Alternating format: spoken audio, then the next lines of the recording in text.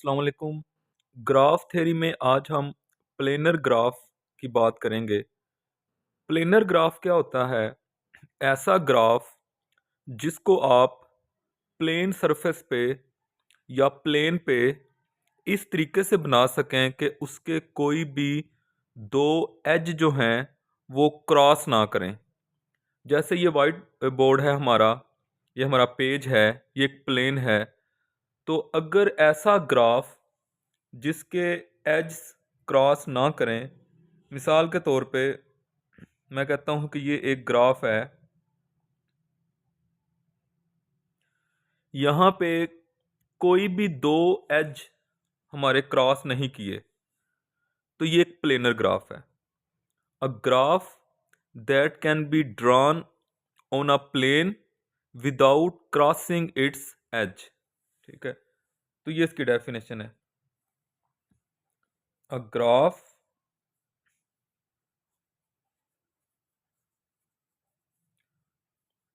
That can be drawn on a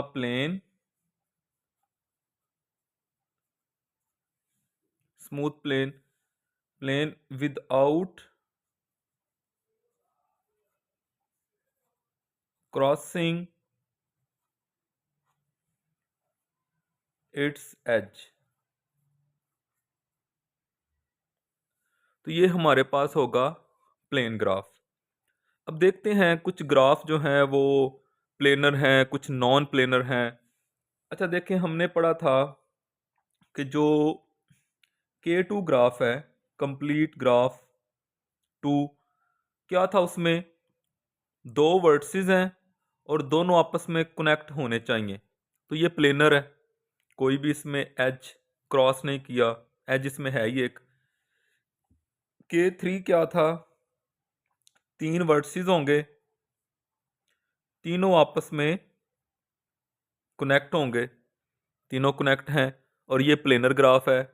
इसमें हमारे पास as ने आपस में क्रॉस नहीं किया। K4 देखते हैं, क्या K4 प्लेनर होगा? ये चार वर्टिसेस हैं, तो कंप्लीट ग्राफ में क्या होता है? हर वर्टेक्स कनेक्ट हो। तो ये देखें, हर वर्टेक्स हमने आपस में कनेक्ट कर दिया। तो ये लग रहा है जैसे यहां से ये दो एज क्रॉस कर रहे हैं, तो यहां से ये हमें प्लेनर नहीं लग रहा। लेकिन इसी ग्राफ को अगर हम इस तरीके से बना दें, कंडीशन पूरी कर देते हैं ना प्लेनर उसकी, कंप्लीट की। ये देखें, सारे वर्टिसेस आपस में कनेक्ट करने हैं, ये ऐसे कनेक्ट कर दें। और रही बात इन दोनों की, तो इन दोनों को आप यहां से कनेक्ट कर दें। तो ये K4 है, सारी कंडीशन इसकी पूरी हैं, सारे वर्टिसेस आपस में कनेक्ट हैं, लेकिन एज भी क्रॉस नहीं कर रहे, तो ये तो प्लेनर है। इसका मतलब है K4 जो है वो प्लेनर है। अच्छा, K4 को ऐसे भी बनाया जा सकता है, ये देखें, चार वर्टिसेस ले लें, ये चार वर्टिसेस हो गए, सारे वर्टिसेस आपस में कनेक्ट होने चाहिए। सारे वर्टिसेस आपस में कनेक्ट हो गए हैं, ये भी K4 है, ये भी K4 है, तो ये तो प्लेनर है। हमें यहां पे कोई भी एज क्रॉसिंग नहीं मिल रही। K5, क्या K5 जो है ये प्लेनर होगा? ये देखते हैं। तो K5 में पांच वर्टिसेस हैं जो कि सारे ही आपस में कनेक्ट होंगे।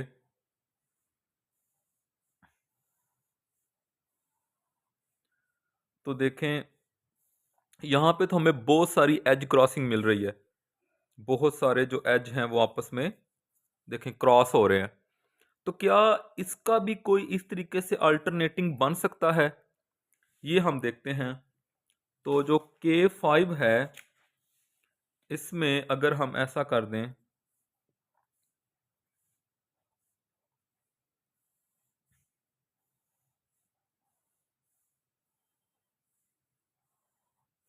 अच्छा इसको इसके साथ मिला दें।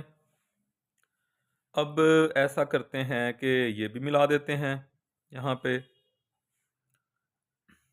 अच्छा, इसको इसके साथ मिलाना था, ये जो है ये वाला, हम इसके बदले में यहाँ से ये मिला देते हैं। उसके बाद जब हमने इसको इसके साथ में मिलाना है तो उसके बदले में हम यहाँ से ये मिला देते हैं। लेकिन मसला अब ये रहा कि ये जो आपने यहाँ पे ये मिलाना है इस वर्टेक्स के साथ, तो ये आप कहाँ से लेके आएंगे? ये तो पॉसिबल नहीं है। इसका मतलब है जो K5 है ये हमारे पास नॉन प्लेनर है। K5 इज नॉन प्लेनर, ठीक है। और आगे जो K6 K7 ये सारे जो है ये नॉन प्लेनर ही होंगे। अच्छा, इसके अलावा हम देखते हैं क्या और जो ग्राफ हैं वो प्लेनर या नॉन प्लेनर हो सकते हैं। तो हमारे पास एक ग्राफ है hyper cube graph. Hyper cube graph जिसको हम Q से लिखते हैं QN। ये ग्राफ कैसा होता है? अगर हम इसमें पुट कर दें put n is equal to 1 तो ये बनेगा Q1 ग्राफ। Q1 ग्राफ कैसा होता है? अच्छा देखें, Q1 जो ग्राफ है उसमें ऐसा होगा कि हमारे पास सिर्फ ये ग्राफ है Q1, क्योंकि देखें इसके नंबर ऑफ वर्टिसेस कितने होते हैं? 2 की पावर n ये वर्टिसेस होते हैं। तो 2 की पावर क्या हो जाएगा? 1। दो वर्टेक्स हो जाएंगे, ये दो वर्टेक्स हो गए। इसके एज कितने होते हैं? इसके एज होते हैं 2 की power n minus 1 multiply by n। तो एज कितने होंगे? 2 की पावर कितनी है? 1, 1 minus 1 multiply by n। n क्या है? n फिर 1 है। तो ये हो जाएगा 2 की पावर 0 मल्टीप्लाई 1, तो ये 1 मल्टीप्लाई 1 1 आ जाएगा, ठीक है। एक एज है। और इसमें ऐसा होता है किसको किसके साथ कनेक्ट करना होता है। जैसे कि मिसाल के तौर पे देखें, ये अगर हम इसको 0 पे रखें तो इससे जो नेक्स्ट वर्टेक्स होगा उसके साथ इसने कनेक्ट होना है।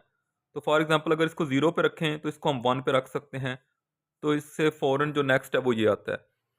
तो ये हमारे पास प्लेनर ग्राफ है Q1। Q2 की बात करते हैं, यहाँ से आप ज़रा मज़ीद देखिएगा। Q2, Q2 ये ग्राफ है।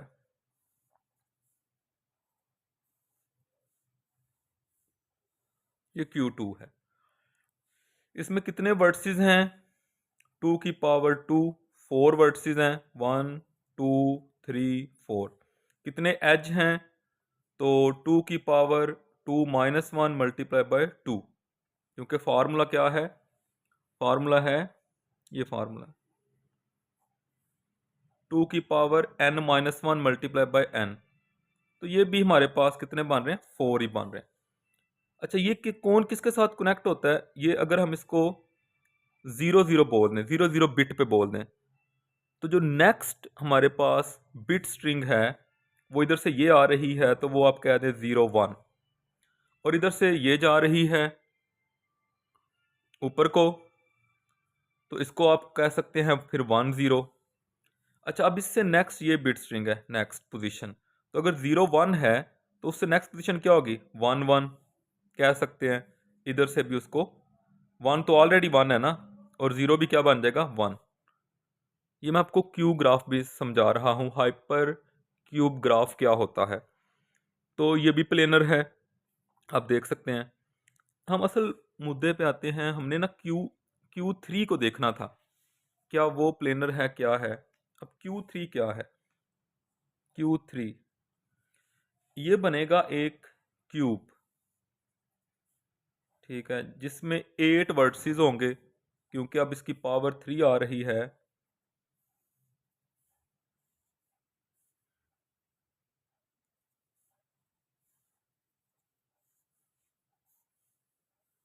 ये ऐसे होगा, ये है Q3।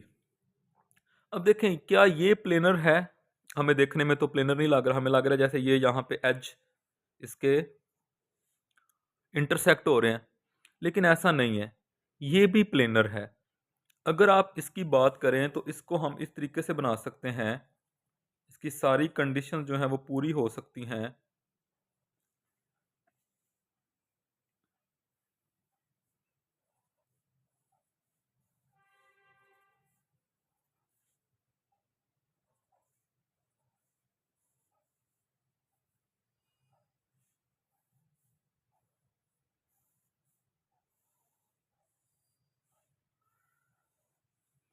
ये जो ऊपर बना हुआ है ना, ये वही Q3 है। अब इसमें कोई भी एज आपको नहीं मिलेगा जो क्रॉसिंग कर रहा हो, और आप बकायदा इन वर्टिसेस को देख सकते हैं कौन किसके साथ कनेक्ट है। जैसे चलें हम कुछ बात अगर कर लें, तो ये देखें यहाँ से कोई एक वर्टेक्स, अगर हम कहते हैं ये 0 0 0 है, तो उससे नेक्स्ट ये पोजीशन बन रही है 0 0 1। उससे नेक्स्ट इधर जा रहा है तो 0 1 1। उससे नेक्स्ट आप इधर अगर कह सकते हैं तो बन जाएगा 1 1 1। ठीक है, इसी तरह ये 0 0 0 0 था, तो इधर से नेक्स्ट इधर जा रहा है तो 0 1 0 कर सकते हैं। और यहाँ से इधर जा रहा है जो पोजीशन 0 0 0 है, तो इसको कर सकते हैं 1 0 0। ठीक है, और नेक्स्ट पोजीशन जो यहाँ से इधर जा सकते हैं वो बन जाएगी 1 1 0। ठीक है, और ये जो पोजीशन है 0 0 1, ये इधर से इधर आ रही है, तो ये इसको हम ले सकते हैं 0 1 1। तो ये सारी जो पोजीशन इनकी नेक्स्ट है उनको इसके ऊपर सेम शो किया जा सकता है। ठीक है, तो ये भी हमारे पास प्लेनर ग्राफ है Q3।